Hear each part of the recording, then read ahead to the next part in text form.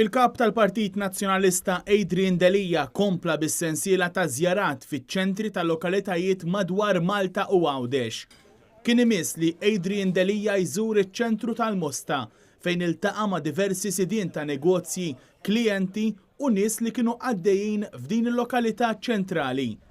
F'kumment fit-tmiem iż-żjara, Adrian Delija qal li fil-waqt li l-kummerċ u preżenti u baqa' jkun sostnut għal dawn l-aħħar xhur, madankollu il-kumment ġenerali tan-nies u li qed jaħdmu aktar iżda qed idaħħlu inqas. L-attività kommerċjali vera għaddejja u baqgħet issostni l-pass li kien hemm fl-aħħar xhur, però il-kumment qisu ġenerali tan-nies u illi nies qed jaħdmu iktar imma jaqalgħu inqas. U din hija xi ħaġa li tippreokkupa għax ma nistgħux nħarsu biss lejn l-affarijiet illum u nieħdu snapshot meta nkunu qed nippjanaw tax se jiġri l-ġimgħa d-dieħla jew il-ġimgħa ta' wara, imma rridu nibdew nħarsu lejn l-affarijiet iktar fit-tul.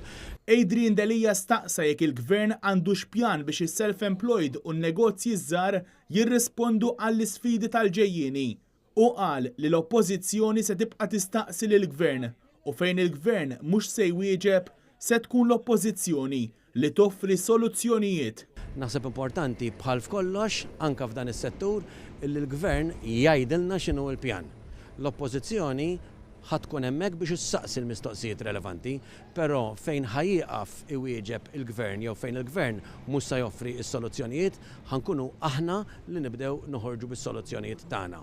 Irridu li n-negozji żgħar jisaħħu, irridu li n-negozji żgħar jerbu l-isfidi burokratiċi u jerbu l-isfidi li għandhom qudiemhom u naraw illi dawn in-negozji tagħna jistgħu jibqgħu jikbru u jaħdmu biex jaqalgħu il-qlieħ xieraq tagħhom. Il-kap tal-Partit Nazzjonalista kien akkumpanjat mill-kelliem dwar is-self-employed u n-negozji żgħar Edwin Vassallo, is-Sindku tal-Mosta Kit Kassar, kif ukoll kandidati tal-Partit Nazzjonalista li jikkontestaw fid-distrett elettorali tal-Mosta.